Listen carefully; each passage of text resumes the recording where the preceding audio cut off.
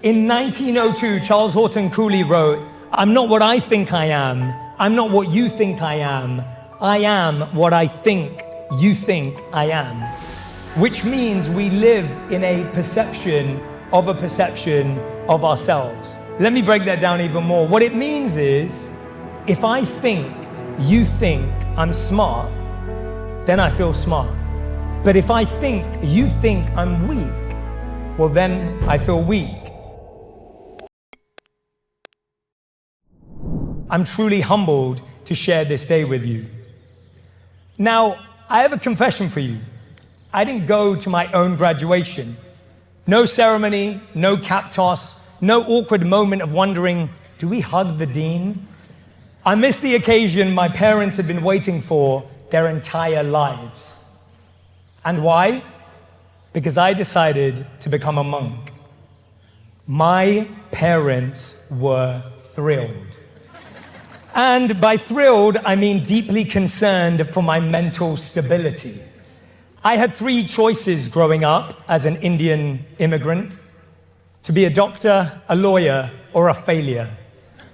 I chose monk. They didn't make me feel bad, but they did send me a TED talk titled "Why We Make Bad Decisions" by Dan Gilbert, who coincidentally got his PhD from Princeton. So it's kind of a full circle moment for me, I guess. When I was invited to speak at Princeton, my first thought was, I'm so humbled and grateful to be here. But my honest thought was, I hope I say something worthy of their time. That self-doubt, that inner critic, that voice, it's still there. The one that's been with me since I was 8 years old, standing on a stage, giving my first speech ever.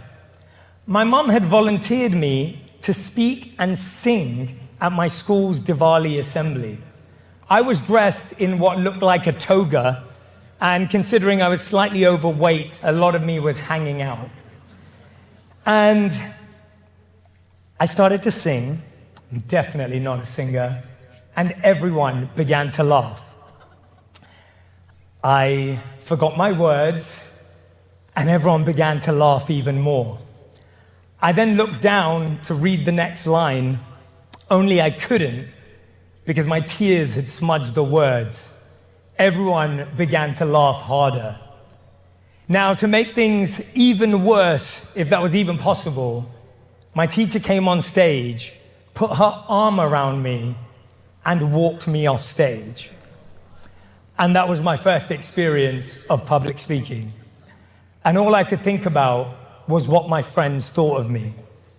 When I got rejected by a girl in my teens, I played it over and over in my head for days. Not because she rejected me, but because I was scared of what she thought.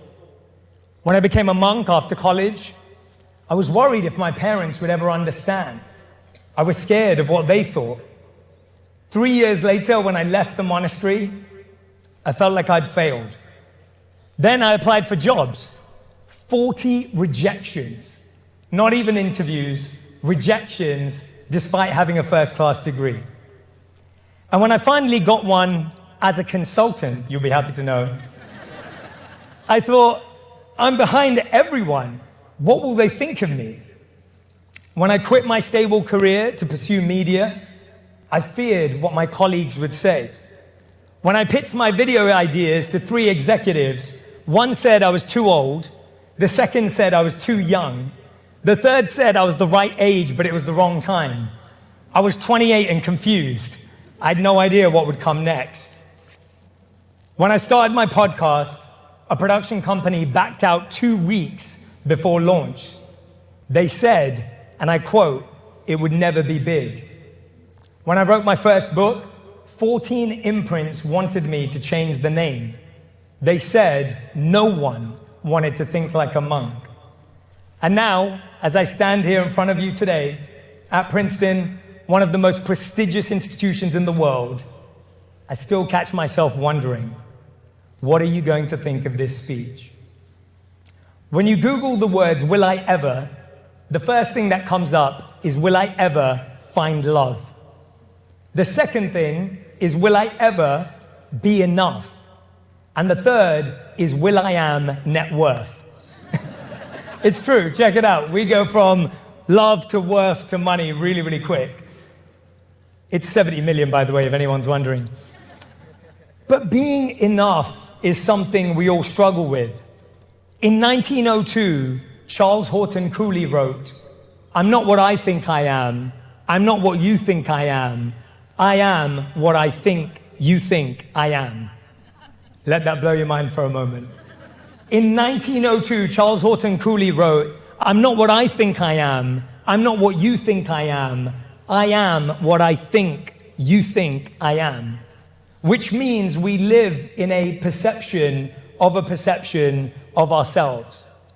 Let me break that down even more. What it means is, if I think you think I'm smart, then I feel smart.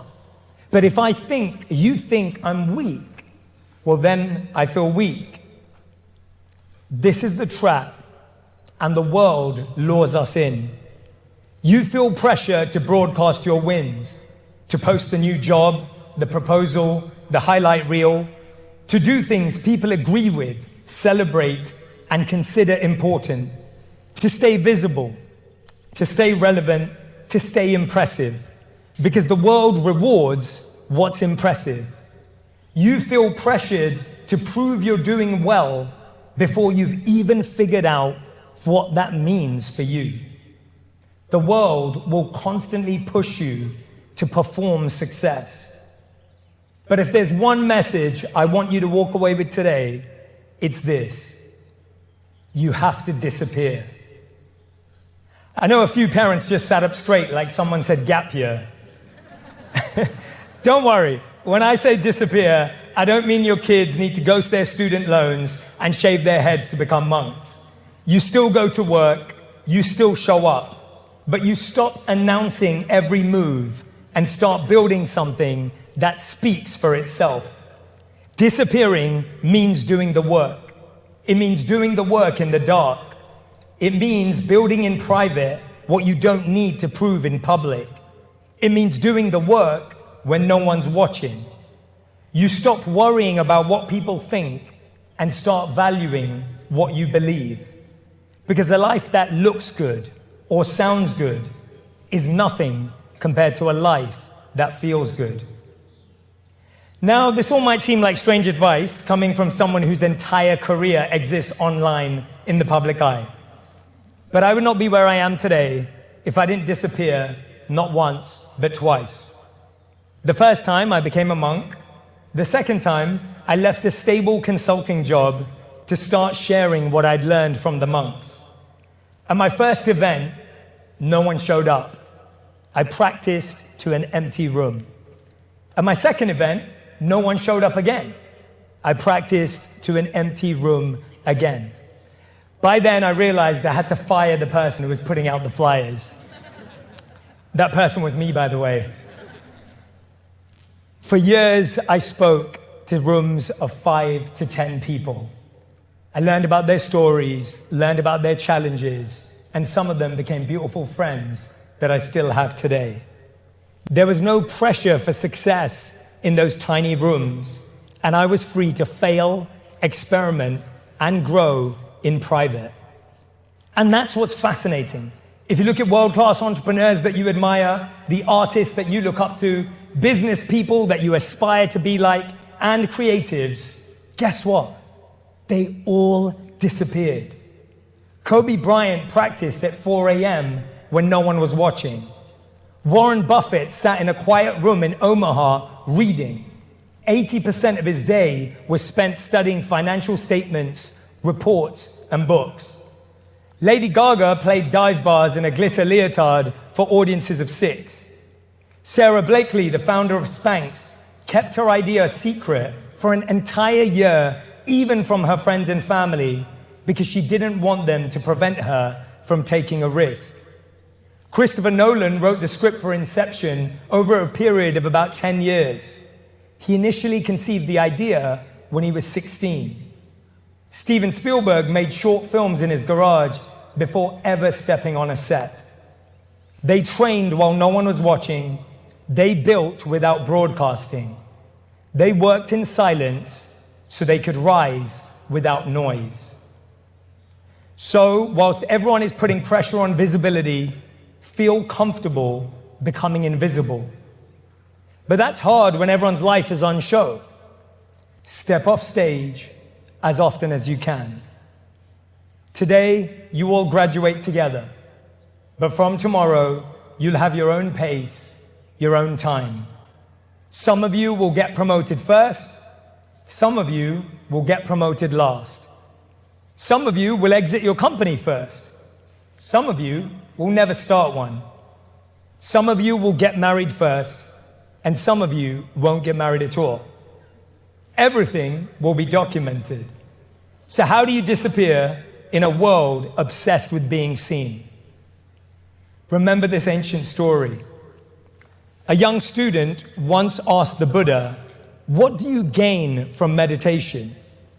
The Buddha replied, "Nothing." The student looked confused and said, "Then why do you meditate?" The Buddha said, "I don't meditate because of what I gain. I meditate because of what I lose. I lose anxiety, insecurity, doubt, and fear." As you leave Princeton, people will ask you, what do you want to gain? A title, a salary, a house, a family? And all of those are vital and valuable. You've proven your work ethic time and time again. You've shown what you're capable of. I know you will be ambitious about what you want to gain. But I hope you will be just as ambitious about what you want to lose.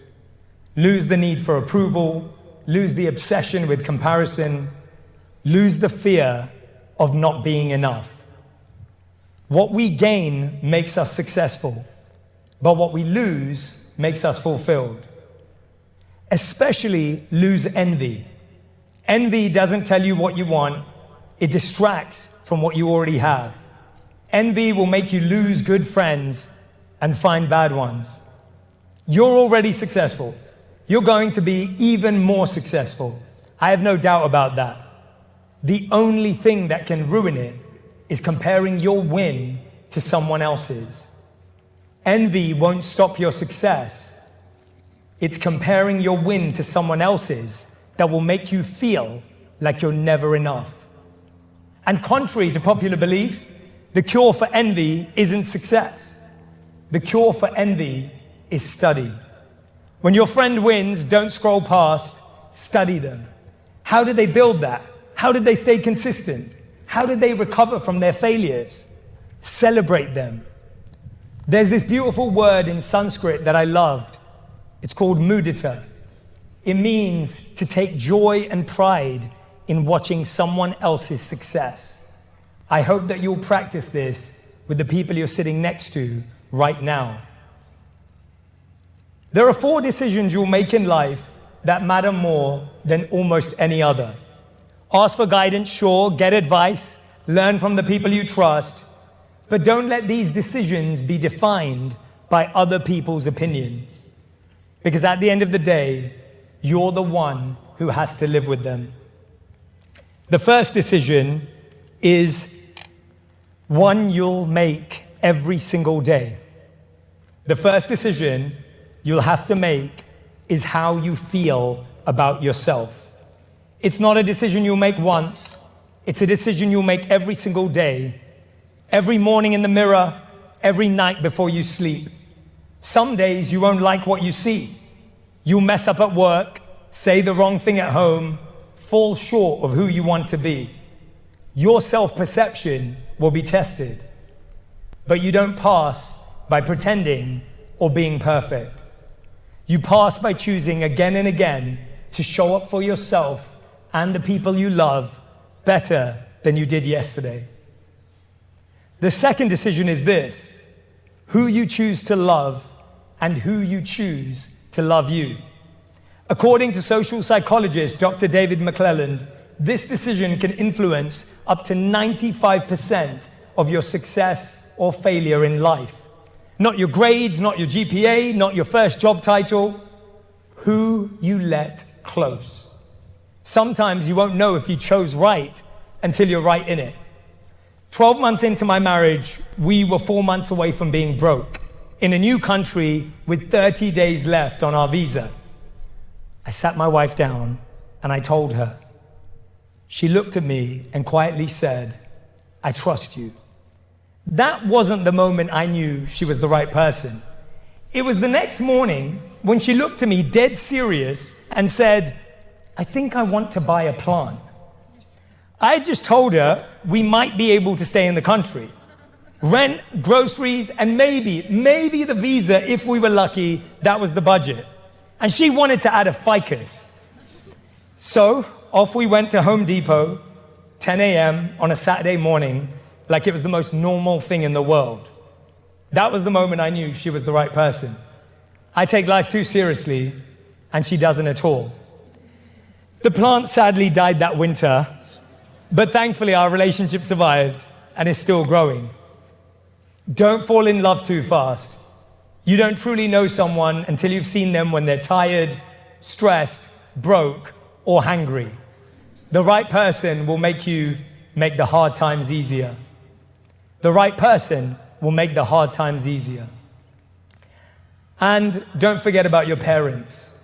The American Time Use Survey says that by the time you turn 21, you've likely already spent about 90% of the total in-person time you'll ever have with your parents.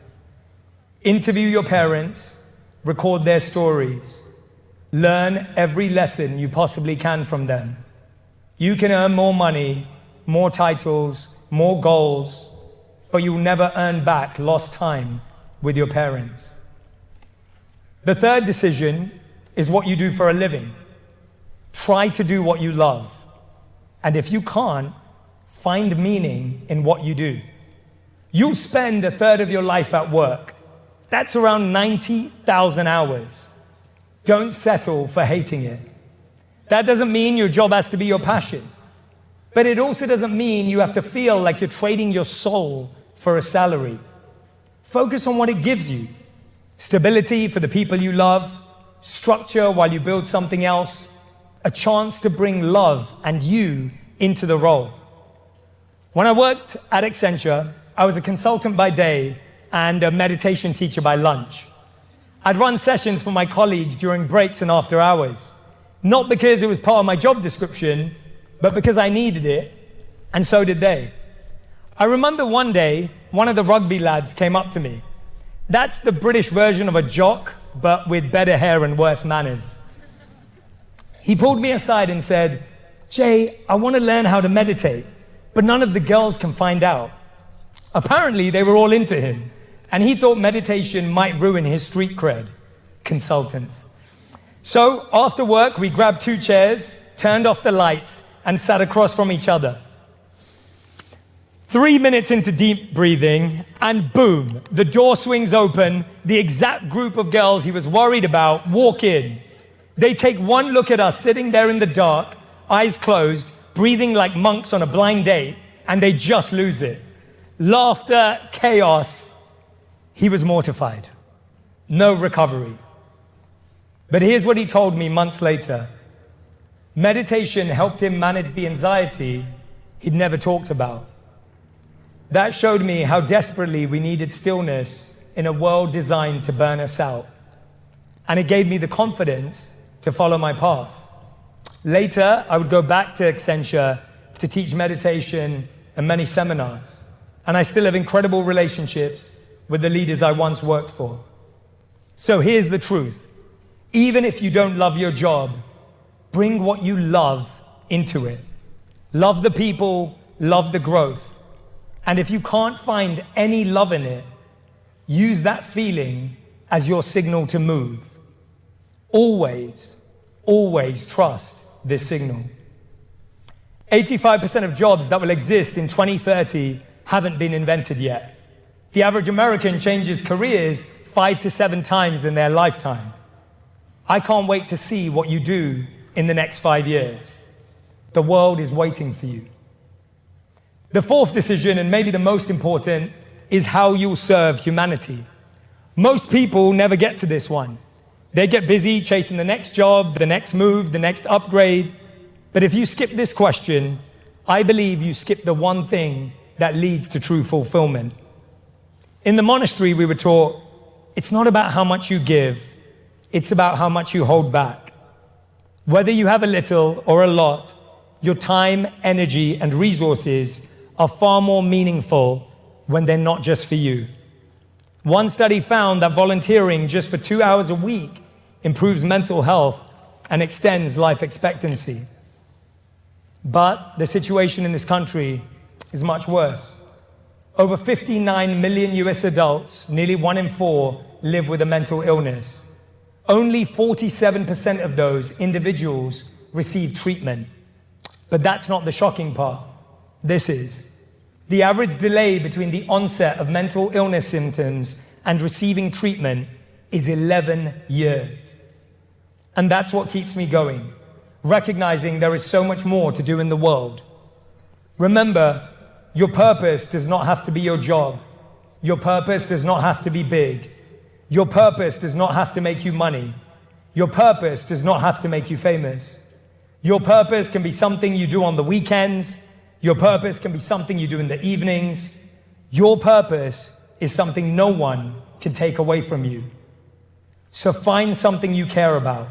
Find something that breaks your heart open a little. And then get involved. You don't need $1 million. You don't need a title. Use your passion in the service of others, and it will become your purpose. I want to end with a couple of practical things you can do to put this into practice. First, try this. For 1 full day, track every time you feel the urge to ask someone what they think about what you're wearing, what to eat for dinner, what TV show to watch, what job to apply for. Write it all down. Who you wanted to ask, what decision you were avoiding, what answer you were hoping for. And then for 7 days, go on an opinion fast. No asking, no polling the group chat, no crowdsourcing your direction. It's your life. Don't let anyone else hold the remote. Disappear for a while, and when you come back as you. Tomorrow, some of you will wake up with a job offer in your inbox. Some of you will wake up with no idea of what comes next. Some of you have a 5-year plan in a color-coded spreadsheet. You know who you are. Some of you are still pretending to understand what a fellowship in global policy innovation actually is. And all of that, it's okay. Because there's no right pace, there's no right path. Only the one that's real for you. Every day starting tomorrow, write down one thing you did that required effort, even if no one saw it. Not what you achieved, not what got praise, just what took energy, courage, and discipline. Maybe you got out of bed when you didn't want to. Maybe you sent the email you were avoiding. Maybe you stayed calm in a difficult conversation. Maybe you showed up for yourself when it would have been easier not to. Because when you start measuring your day by effort, not recognition, you begin to feel accomplished without needing to be noticed. Class of 2025, you'll have an idea that people roll their eyes at. Build it anyway. You'll want a job that no one thinks you'll get. Apply anyway. You'll dream of a path that doesn't come with a title or salary. Take it anyway. You'll feel like an imposter in rooms you've earned your way into. Walk in anyway. You'll be the least experienced person at the table. Speak anyway. You'll mess up, fall short, and second guess everything. Learn anyway. You'll wonder if it's worth it sometimes. Keep going anyway. Because if you do what you want, they'll misunderstand you. And if you do what they want, they'll misunderstand you. And if you do nothing, they'll misunderstand you. And if you do something, they'll misunderstand you. So live a life that would make your younger self proud, your older self grateful, even if it confuses everyone in between. Congratulations. Thank you so much.